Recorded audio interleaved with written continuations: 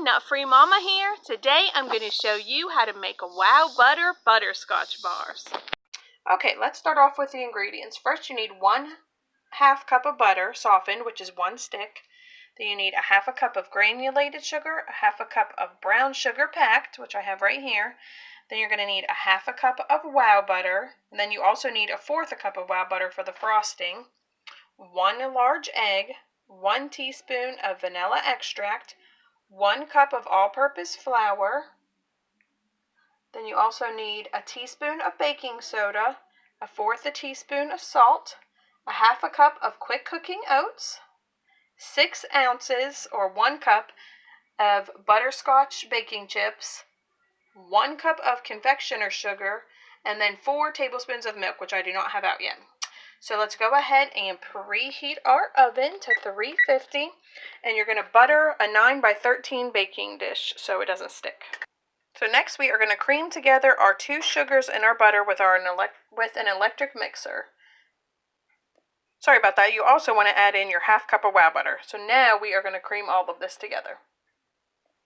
Alright, that looks good. So let's add in our egg and vanilla extract and mix it again. Alright, that looks great. So let's add in our flour, baking soda, and salt. Okay, now let's add in our oats and mix it up again. Alright, now we are going to spread our batter into our 9x13 baking dish. Okay, I just spread my batter with a spatula evenly over my 9x13 baking dish.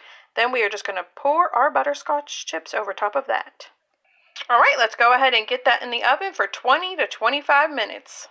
Okay, that just came out of the oven, so we are going to let that cool off a bit while we make our frosting or glaze or whatever you want to call it.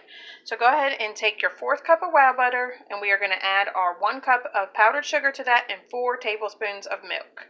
And just whisk it all together till it's nice and smooth. That looks good, so now I'm going to spread that evenly over my nice warm bars.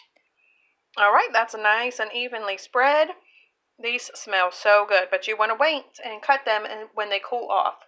So we're going to let them completely cool before we cut them into our squares. Alright, taste tester, have a little taste. Okay. Yum. Yummy. Do you like it? Yes. Alright everyone, come back and see us again. Don't forget to like and subscribe. Don't forget to like and subscribe. Bye. Bye.